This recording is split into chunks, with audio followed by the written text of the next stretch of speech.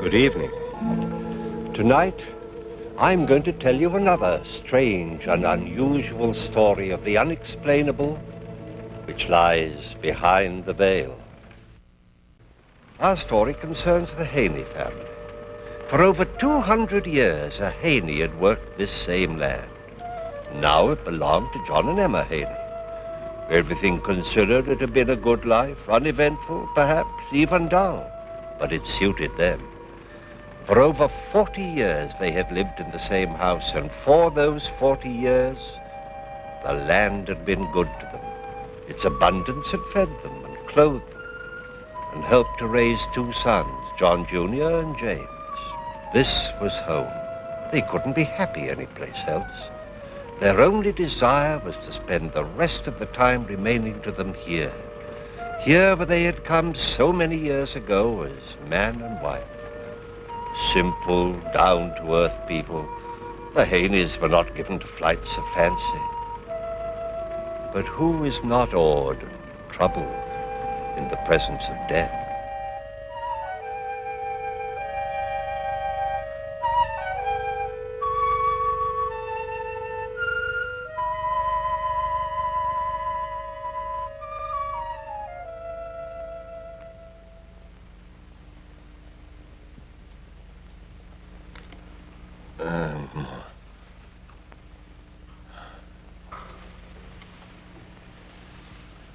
Yes, John?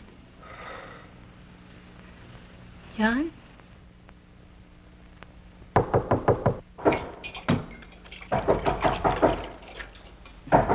All right, I'm coming. Jamie. Well, you're going to keep me out here all night? No.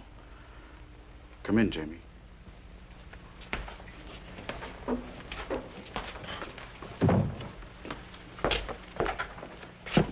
Hi, Ma. Jamie. Oh, Jamie.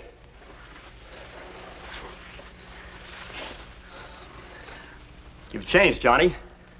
Still not having any fun, are you? Being on a farm by yourself doesn't leave much time for fun, Jamie. John's been working awful hard, Jamie. We would. Old, dependable John. Let me fix you something to eat.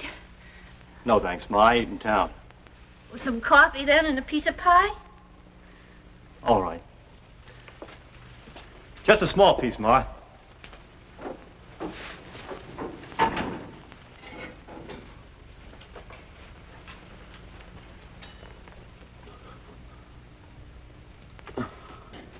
I knew you'd get here in time, Jamie. Pa's been asking and asking for you. He has, huh? Probably wants to whale the tar out of me. Oh, Jamie. All right, Ma. Guess I might as well see him. Yeah, might as well, Jamie. No use making the trip for nothing, is there?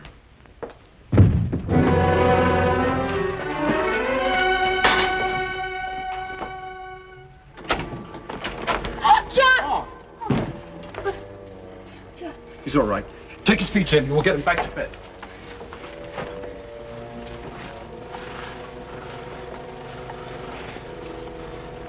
Pa? Pa, it's me, Jamie. Pa? What'd you say, Pa?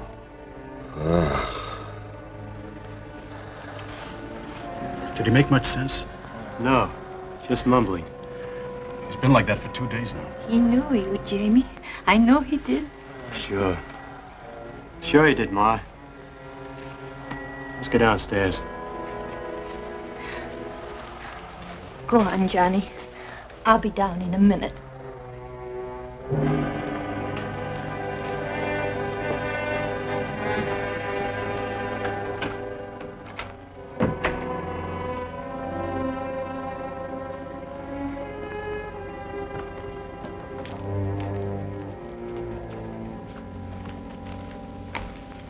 How'd it happen? His horse stumbled and fell on him. Old as he is, you think he'd have more sense. Jamie, where have you been all this time? All over. New York, Chicago, San Francisco. Kept moving. For 10 years? Well, you know me, Johnny boy. I'm a little surprised you came back. Johnny. Why shouldn't I? Oh, I get it. You're still sore because I took off and you had to stay here and do the work. Well, you could have gotten out, too. And who to run the farm? Or did you forget that Pa was too old even then? All right, so hate me. But don't forget, I was only 17 years old. How much was I supposed to know? You knew enough to steal every cent Pa had in the house. Stop it. Stop it right now. No, let him get it off his chest. So that's it, huh? So that's what's been griping you all these years. Well, let me tell you something. I didn't steal anything. That money belonged to me. It did, huh? Just how do you figure that, Jamie? You know how I figure it. Ever since I was 10 years old, Pa had me doing the work of a hired hand. Only I never got the money a hand would get. Only my food and your hand-me-down clothes. He owed me that money. And how about me, Jamie? What was I doing all those years you were working your poor little fingers to the bone? I was having a picnic, huh? That's your problem, Johnny boy. If you had any gumption, you'd have beaten me to the cash box. Enough! I won't have any more of this in my house. You ought to be ashamed, both of you. Your father's dying right over your heads. You stand there fighting like animals. Jamie, I'm going to fix up your old room. When you're finished, you march yourself upstairs and go to bed. And you, Johnny, not another word. Remember, you're brothers. You just don't understand what gets into you.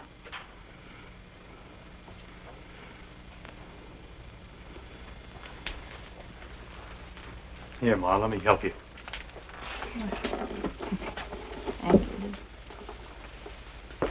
Tell me the truth, Jamie. Just for once. Why did you come back? You never were very bright, were you, Johnny? All right, I'll tell you. Your telegram got to me at the right time. I'm broke. And I figured in 10 years the old man had enough time to build up another pile. You make me sick to my guts, Jamie. You should be standing here. Take a look at yourself, Johnny. You're only 3 years older than I am, and anybody would take you to be my father. You should be sick. You outsmarted yourself this time, Jamie.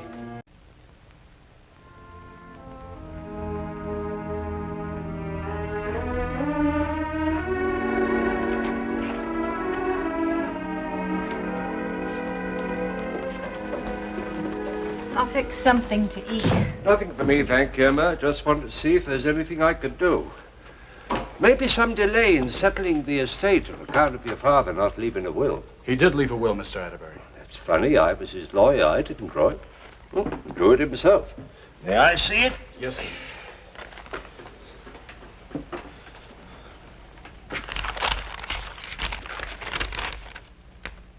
Leaves everything to you, Johnny. Knowing that as head of the family, you will take care of your mother and young brother.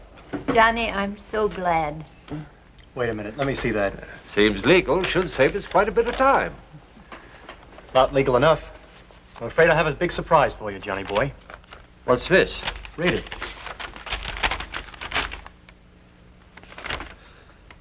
To my youngest son, James, I leave all my worldly possessions and trust that he will provide for his mother as long as she lives, and it is my hope that he will do what is fair for my eldest son, his brother, John Jr. Then which is the legal one? Yours is dated August the 8th, 1892.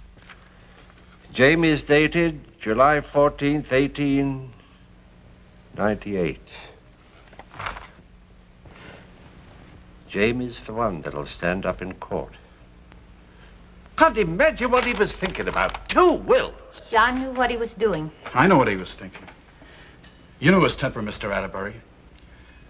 Pa and me had a real knockdown and drag out of my wanting to enlist for Cuba. He said I'd be sorry if I went. Well? Why all the sour faces? Ma has nothing to worry about. And you know I'll take care of you, Johnny boy. Uh-huh. I'm sure you will, Jamie. Mr. Atterbury, how long will it take for all the legal stuff to clear up? What's your hurry, Jamie? Well, I thought I'd put the farm on the market as soon as I can. Jamie, you're not going to sell the farm. It's our home. Oh, now, Ma. You know I'm not cut out to be a farmer. Besides, we ought to get a good price for it right about now. But Jamie... Where'll Ma go, Jamie? Don't worry about that. I'll take care of her. Where, Jamie? Well, you always wanted to visit Aunt Martha in Kansas. Now's your chance. Oh, but Jamie, that was only for a visit. I can't imagine living any place but here. When she gets back from a visit, what then, Jamie? Well, Ma deserves a rest. You know, at her age, she ought to take it easy. I thought we'd get her a room for her at Mrs. Chalmers. That's nothing but a home for old folks. You'd like it, Ma. You wouldn't have to work anymore, and there'd be people your own age to talk to. You know what I mean, Johnny. Sure. I know what you mean, Jamie. To get her off your hands for the rest of your life, you'd like her to sit on a porch and rot. That's what I get for being a nice fella. Well, this is my farm. Pa left it to me, and I'll do what I like. If Ma don't do what I want, okay, you can take care of her. What are you doing? Johnny! Stop it, you two. You hit me, you won't get a cent. Johnny, stop! Listen to me! Jamie's right. I have been working too hard. I'm tired. You know I want to see Martha again, and when I come back, I'd like to live at Mrs. Chalmers. I think it'd be very nice. All right, Ma. I'll be good. Mr. Atterbury, how do we go about breaking that will? I wouldn't try that, Johnny. Well, I don't know, Johnny. Father was of sound mind when he wrote it. Well, how about the part about taking care of Ma? You call throwing her into a home taking care of her? You know Pa didn't mean that. Well, there could be a chance of stopping the sale of the farm or preventing the dissipation of the assets during your mother's lifetime. Don't you worry about Ma. I'll take care of her. You just mind your own business. Now, I'll tell you something. Get out of my house. Jamie, he's your brother. Then why don't he act it? He's been beating on me ever since I got here. You heard him. Now, this is my house, and I want you out of here. Johnny, he's upset. Maybe for a little while, till he cools off. Will you take the case, Mr. Atterbury? Yes, Johnny. I'll take it. All right, Jamie. I'll get out of your house. For now. Have your fun while you can.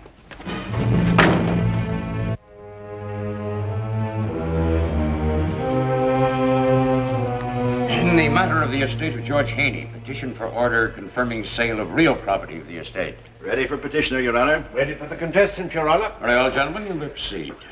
May it please the court. All of the statutory facts necessary for the court's approval of the sale are alleged in the verified petition of Mr. James Haney, the duly appointed executor of the estate. The estate consists entirely of the farm which is being sold, and the price offered exceeds the appraised value.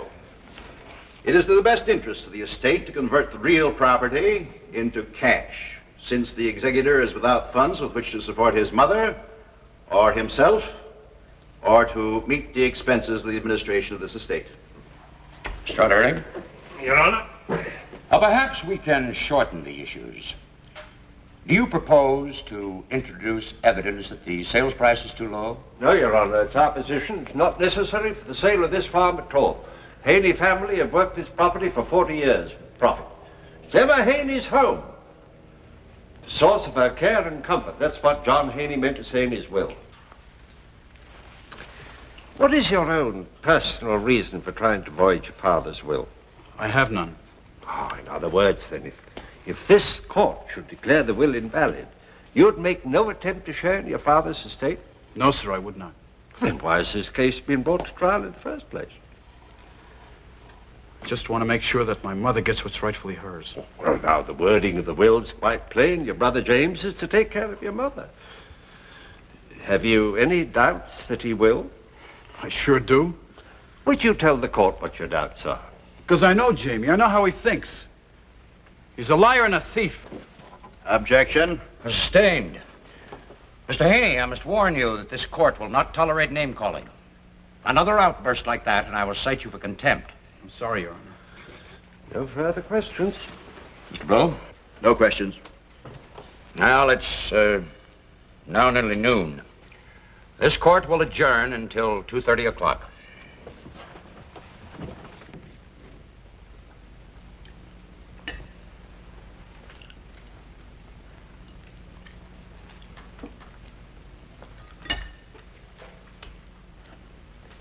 I gotta run, Ma. I got a date with a customer for the farm. Jamie, do you have to sell? Yes, I have to. Now, don't you start on me, Ma. I had enough trouble with Johnny. I'll pick you up in time for court.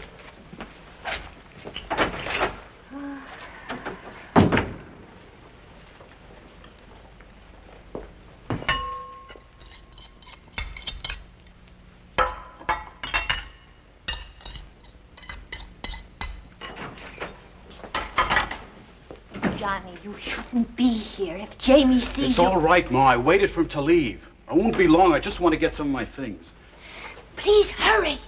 I don't want any more trouble.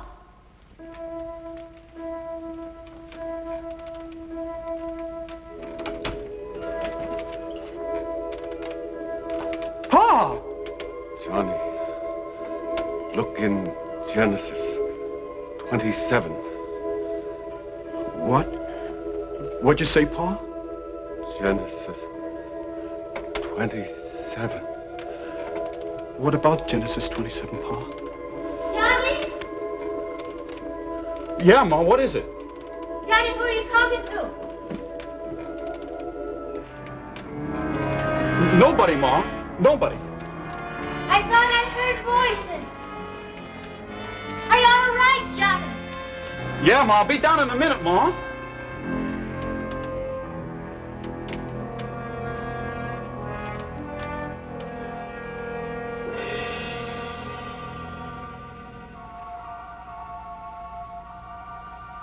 Pa. Pa.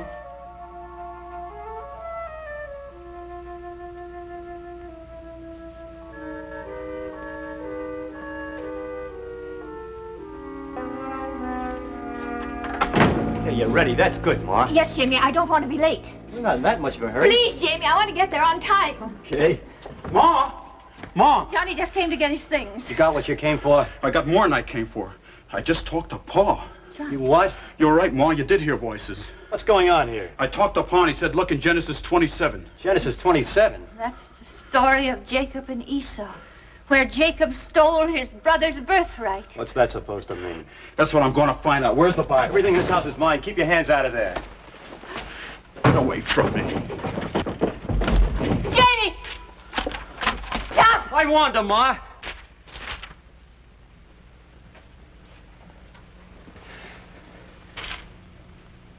What's the matter, Johnny? Nothing in it? What'd you expect to find, a new will? There is no other will. And I'll tell you something else. The next time I find you in here, even mine gonna stop me from putting a load of buckshot in you. Now get out of my house and stay out. Please go, Johnny. Johnny boy, might as well take Genesis 27 with you. That's all you're gonna get.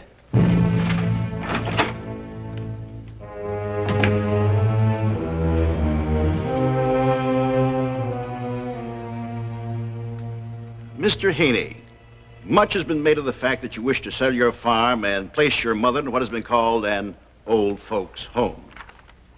Would you tell the court exactly what it is you had in mind? Yes, sir.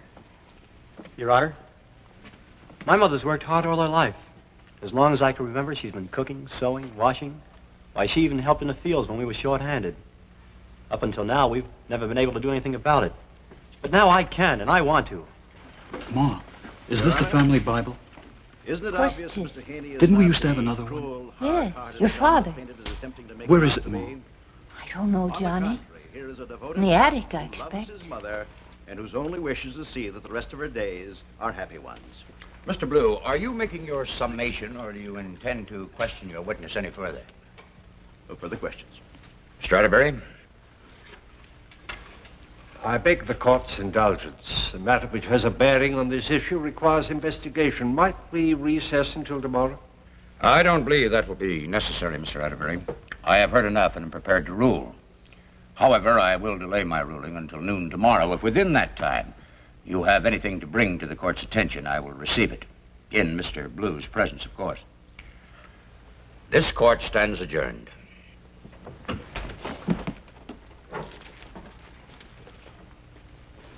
Ready, Ma?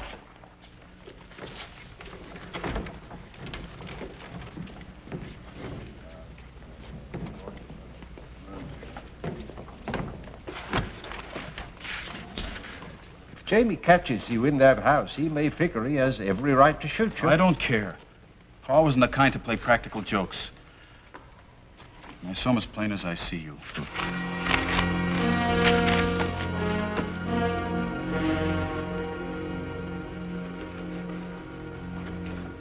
Johnny! What if Jamie should see you? I'm sorry, Ma. Jonas, you know he shouldn't be here. I know, Emma. He's just as stubborn as his father. Where's Jamie? I think he's in his room.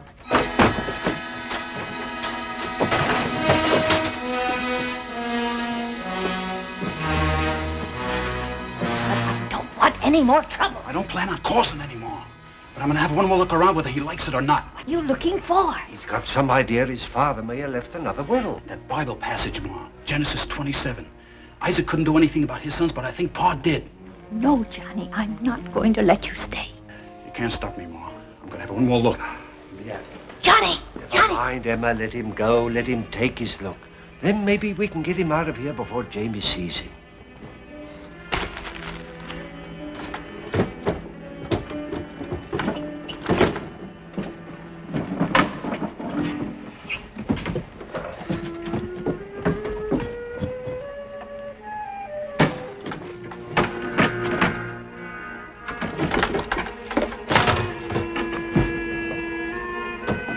What are you doing here?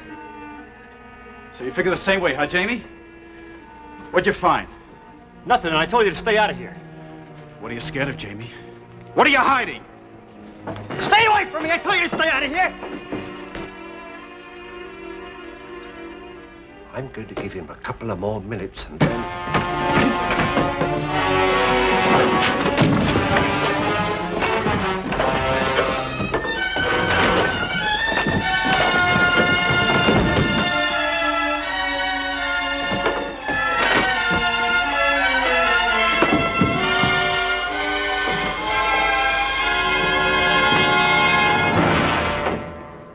Kill him!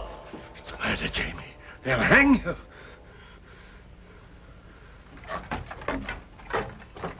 Johnny! Johnny! Johnny!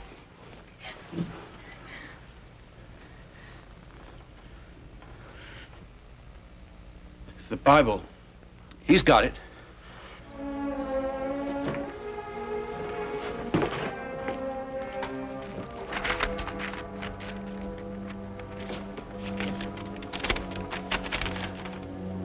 I, John Haney, hereby bequeath...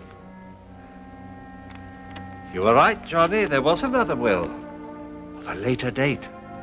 Leaving everything to you. This'll stand up in court tomorrow.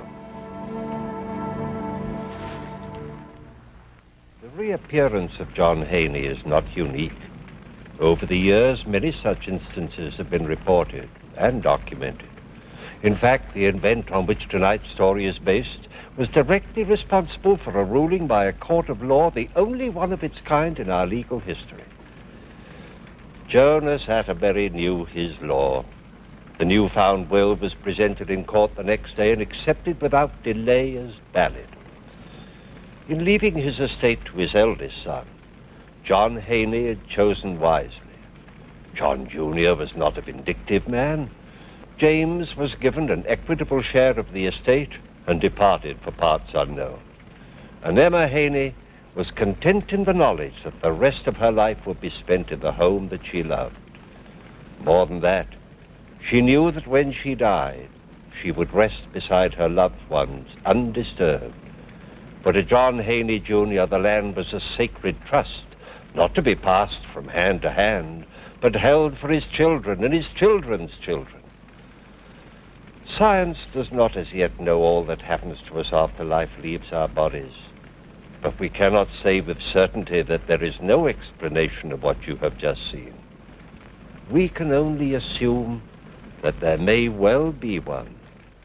Please join me again